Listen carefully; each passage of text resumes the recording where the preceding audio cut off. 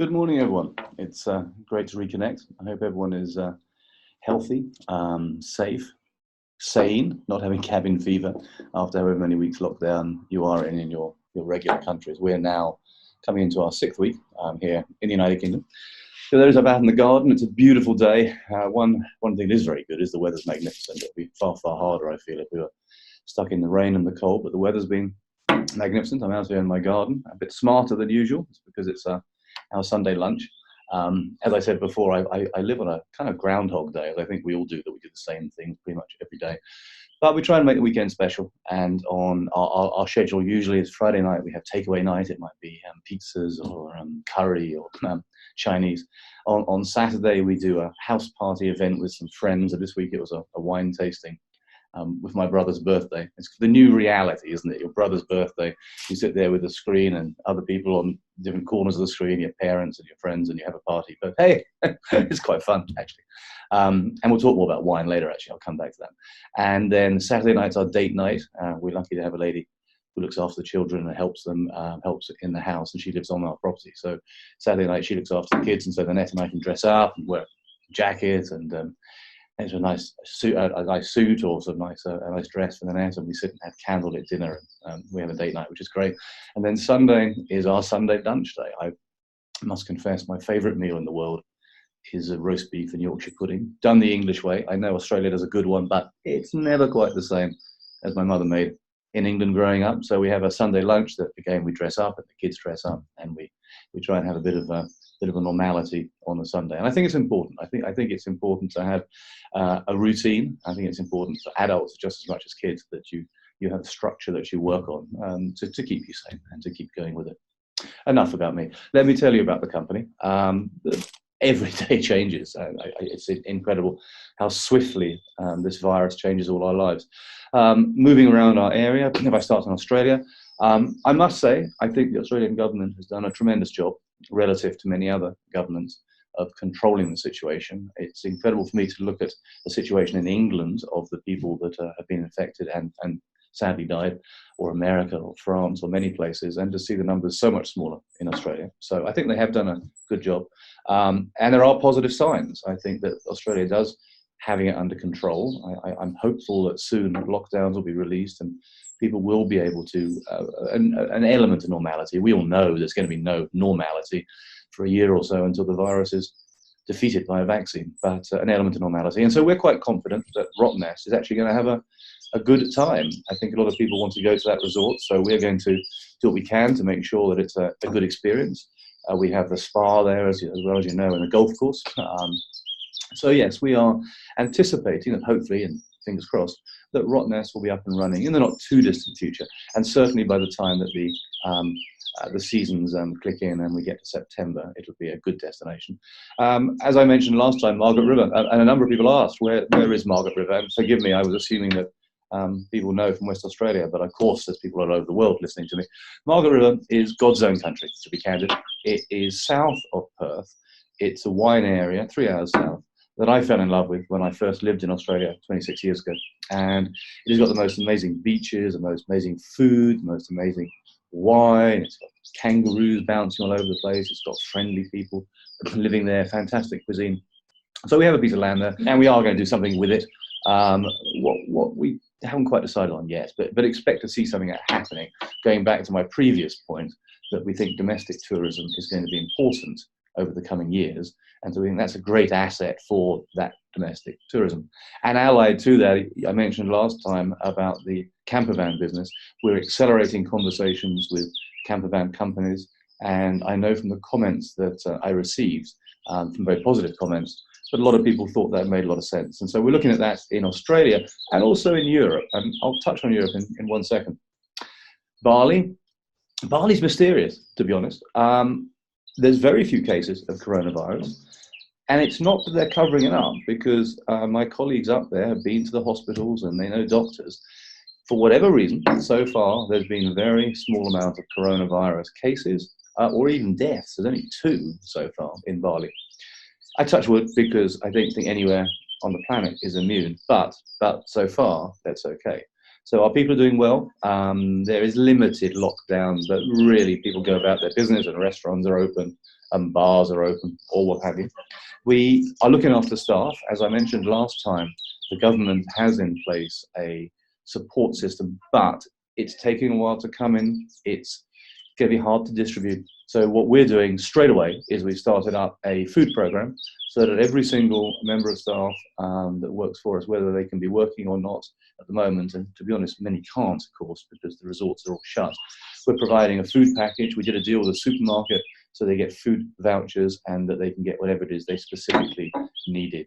Initially, we were going to provide the same package for everyone, but we quickly realized that it's a village society, and so sometimes the village doesn't need rice, let's say, because the neighbor has lots of rice, but what it really does need is vegetables, and so we can give that. So we give vouchers and they will go forward.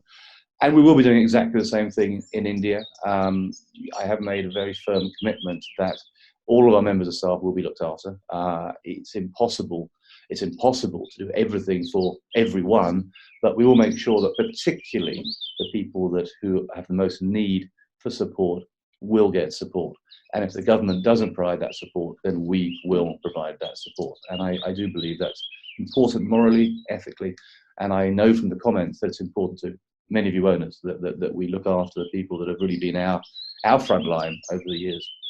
Elsewhere in Bali, a lot of expats still living there. We are beginning to reopen some of the resorts, or some of a resort, Kandara to be candid, providing packages for expats that live on the island to go and self-isolate there, because it's a perfect place. There are 3-bedroom villas, they're self-contained, we can provide room service food. So rather than maybe be in a much busier part of Bali, it's been seen as being quite an attractive option to come and isolate at the resort.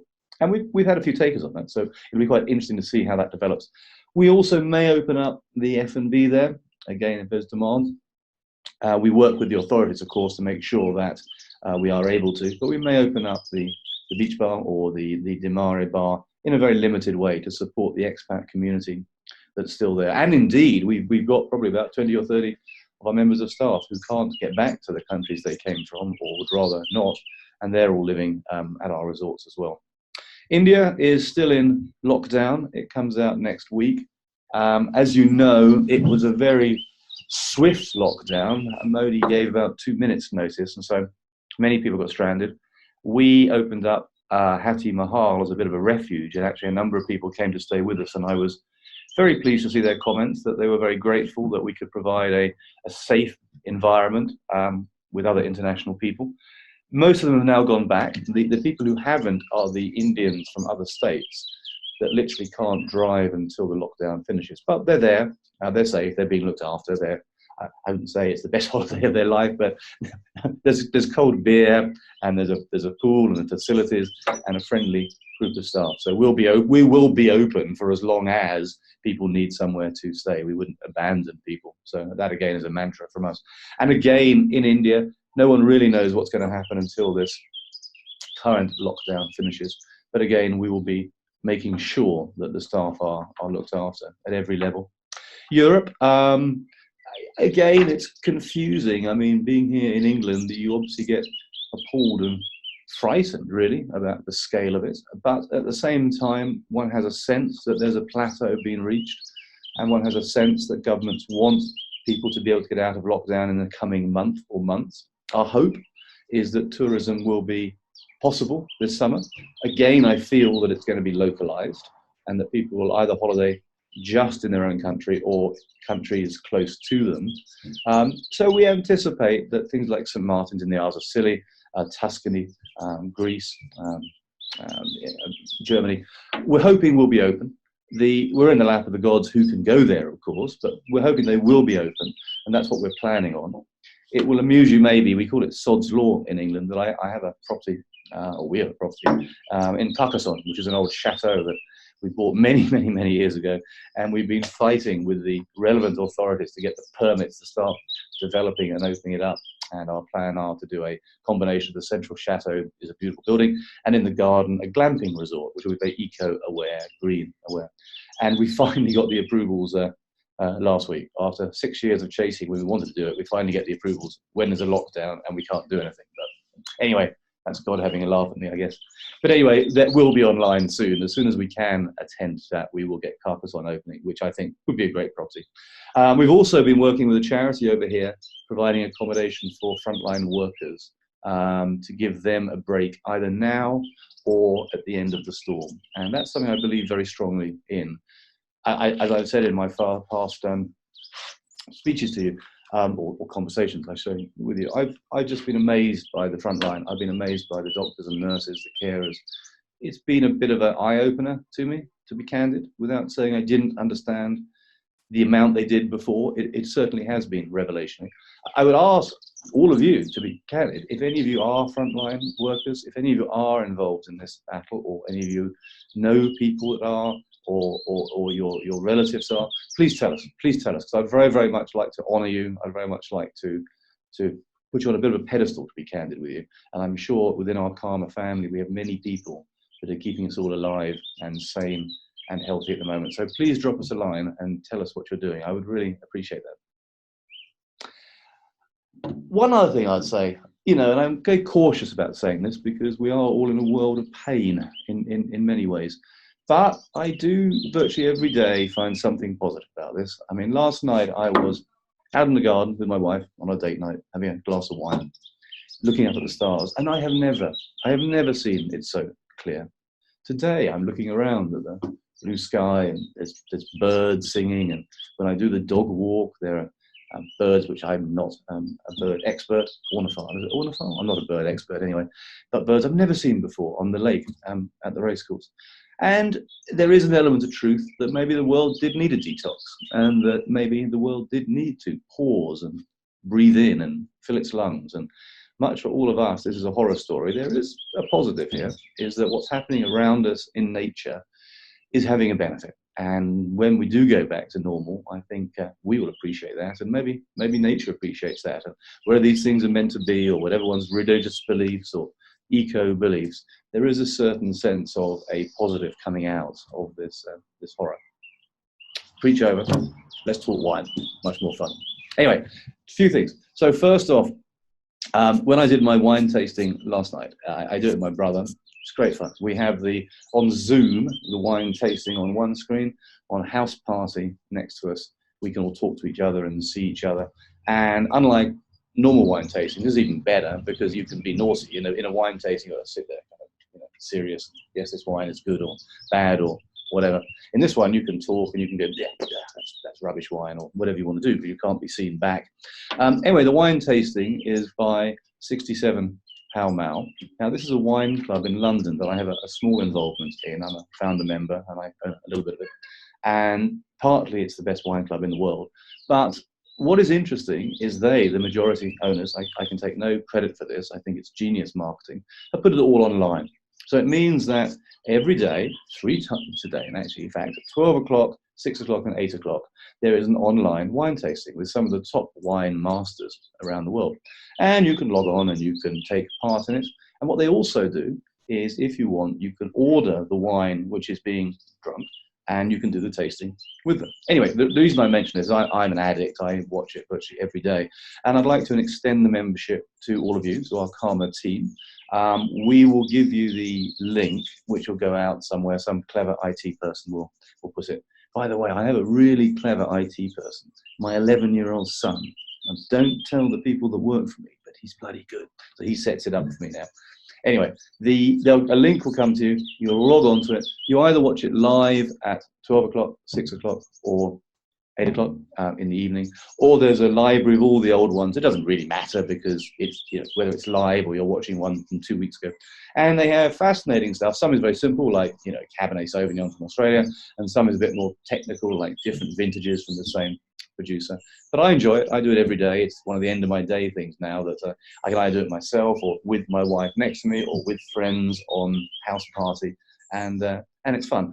What I'll also do, if you want to actually order the individual pots of wine, there is a charge. They charge a £10 a month virtual member fee. Get in touch and I'll pay that for you. So if you do actually want to have the physical wine that they're drinking as well as any old wine. You don't have to. Sometimes I just drink a bottle of Blanc or something whilst I'm doing it. Then get in touch, please. We'll cover the cost. It's a small way for me to say thank you, and we shall be virtually drinking wine many nights anyway at the same time on it. So yeah, it's a fun thing to do. And one other final tip: if you do that and you do sign up as a virtual member, and I say I'll pay the money to them, so it's sorted out. Then sometimes only get one kit between two. I shouldn't say it because I own a bit of equity in this company, but again, don't tell them.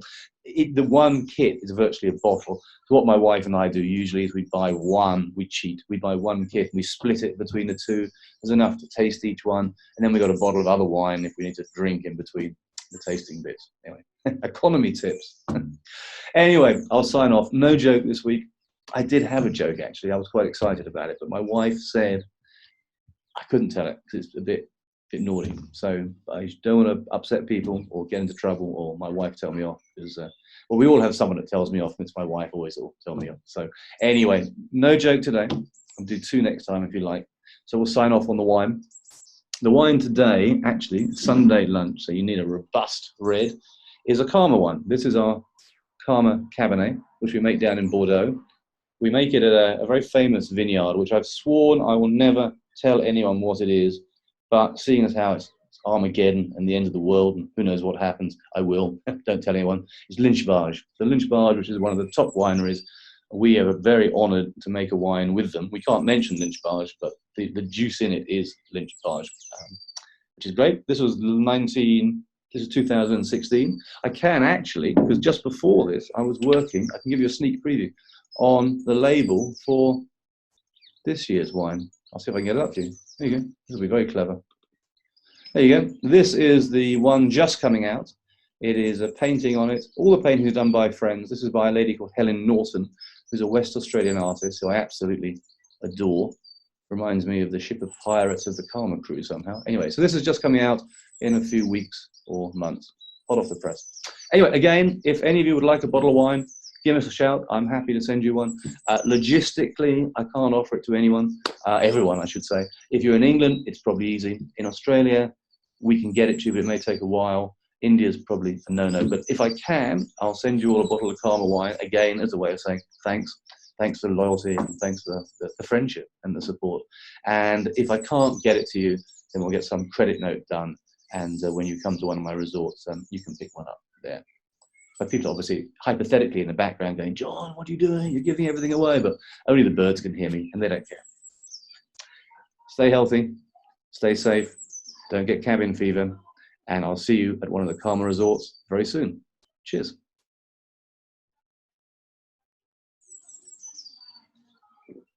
That's even better than Lynch-Barge.